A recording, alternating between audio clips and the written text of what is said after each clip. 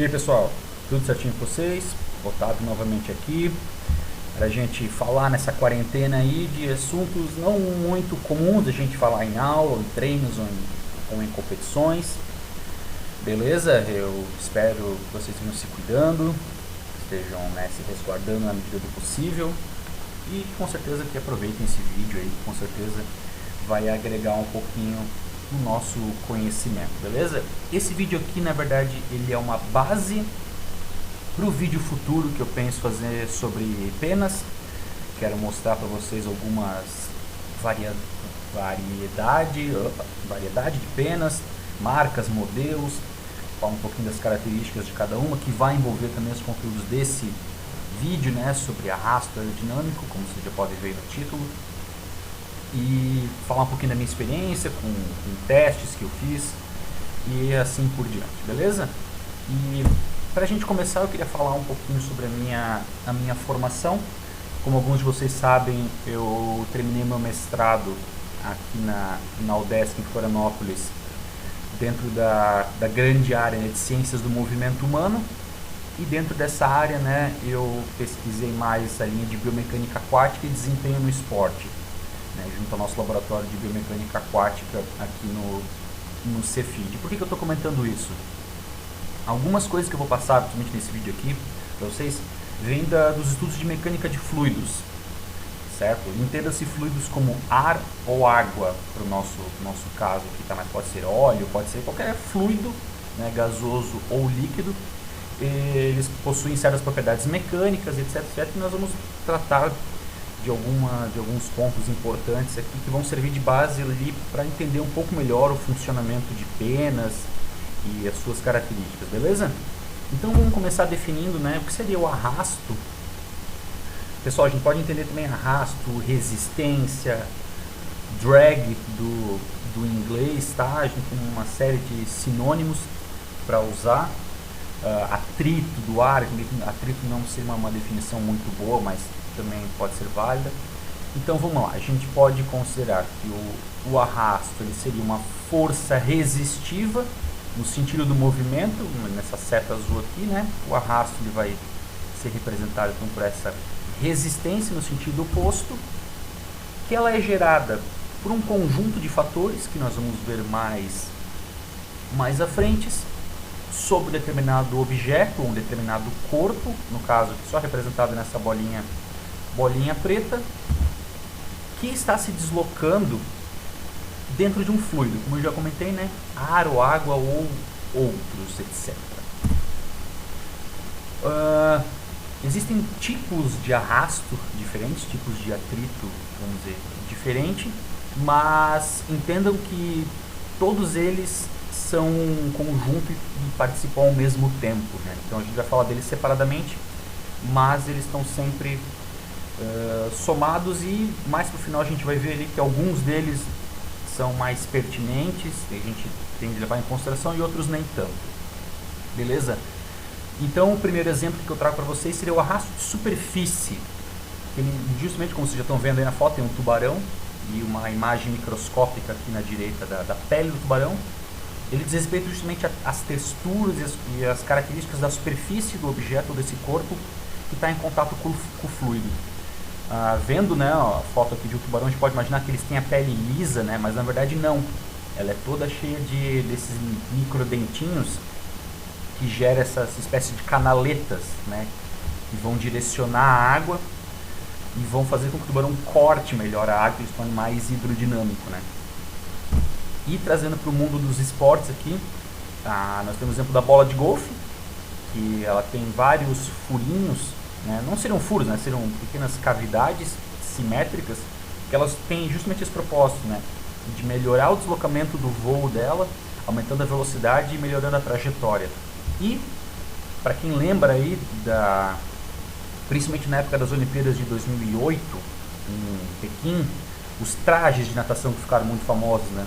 Eu, felizmente, fui atleta de natação nessa época, então eu vivi muito, né? Desde o começo até depois da mudança de regras proibindo alguns modelos, mas eles vinham também com, você pode até ver aqui no desenho dele, que visa imitar os dentinhos da pele do tubarão, né? O tecido ele era realmente não poroso, mas ele tinha umas micro fissuras, assim, dá para ver olho nu, era bem interessante. E o segundo forma aqui, a gente chama de segunda forma, perdão, segundo arrasto, né? Seria o arrasto de forma, que ele diz respeito, né, ao formato e a área do objeto que está se deslocando, né, no fluido. Então aqui representando o fluido, a gente tem essas setinhas azuis que vão se colidir, né? E também só para lembrar, pessoal, pode ser tanto o fluido se deslocando para cima do objeto, quanto o objeto para cima do fluido, e uma combinação dos dois. Tá? Ambos são válidos para esse exemplo. Dentro desse quadrilátero aqui a gente tem a área dele, que vai estar em contato com um montante, aqui, uma quantidade X de fluido que vai gerar resistência. Né? E que a gente pode ver aqui, um outro objeto também tem uma área X, porém tem um formato mais aerodinâmico ou hidrodinâmico, como preferirem, né? E não diminui, né, a quantidade de arrasto por causa do formato, e mesmo às vezes tendo uma área igual. Isso também tem que ficar claro. Né? Então a gente tem essa relação formato e área. Com certeza muitos de vocês já devem ter visto, né, na televisão principalmente.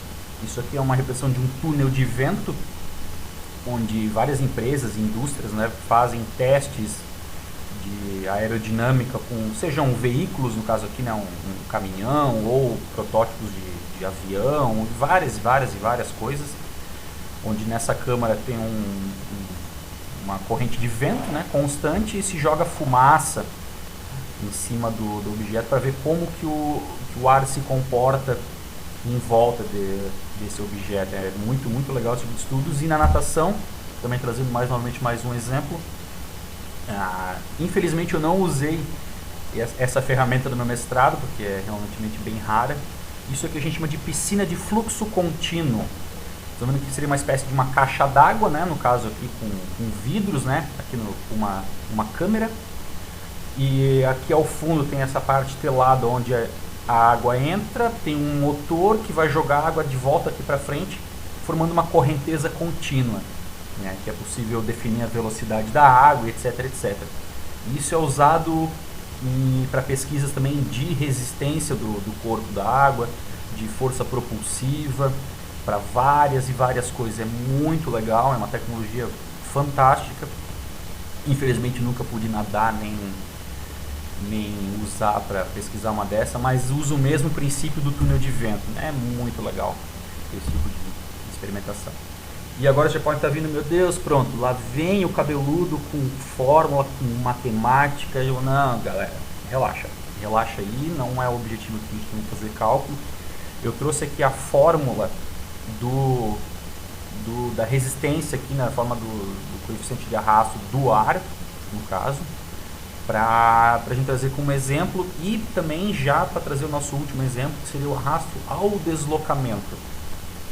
Essa seria a fórmula completa, tá? Nós vamos ver ela em detalhes mais para frente, mas eu queria destacar aqui a parte final dela, esse Vn ao quadrado, onde V representa a velocidade, né? E N uma constante, que daí depende do tipo de fluido, como eu falei, ar, água ou etc.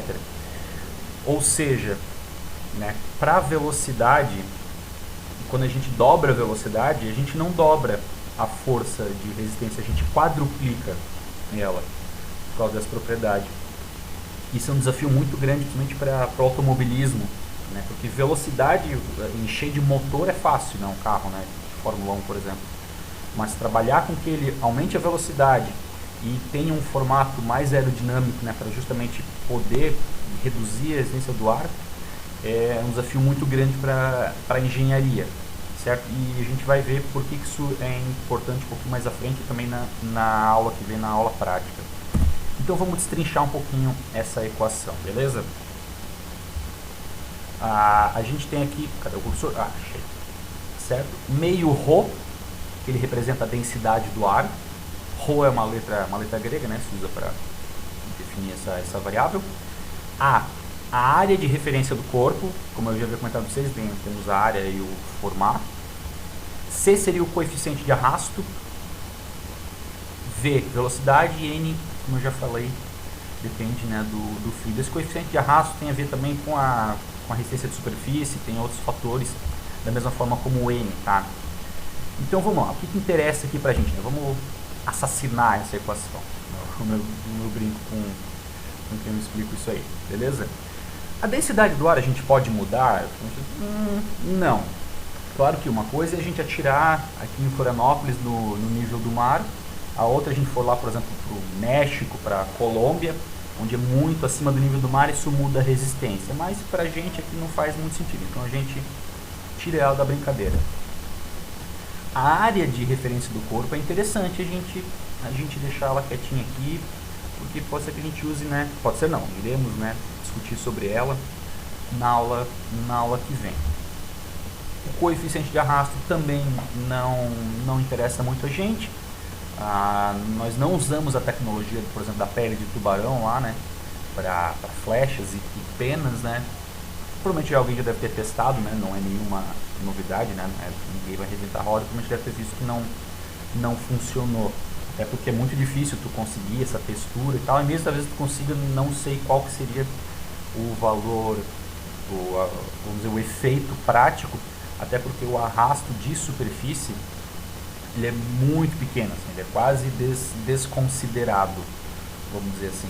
Tanto que, só voltando ao exemplo lá da natação, depois de muito tempo percebeu-se que não era aquilo que ajudava mesmo os atletas, era a questão da flutuabilidade e da compressão do tecido da pele, ou a compressão parcial em determinadas articulações do corpo, que fazia melhorar a postura do nadador e não só reduzir o atrito com a água.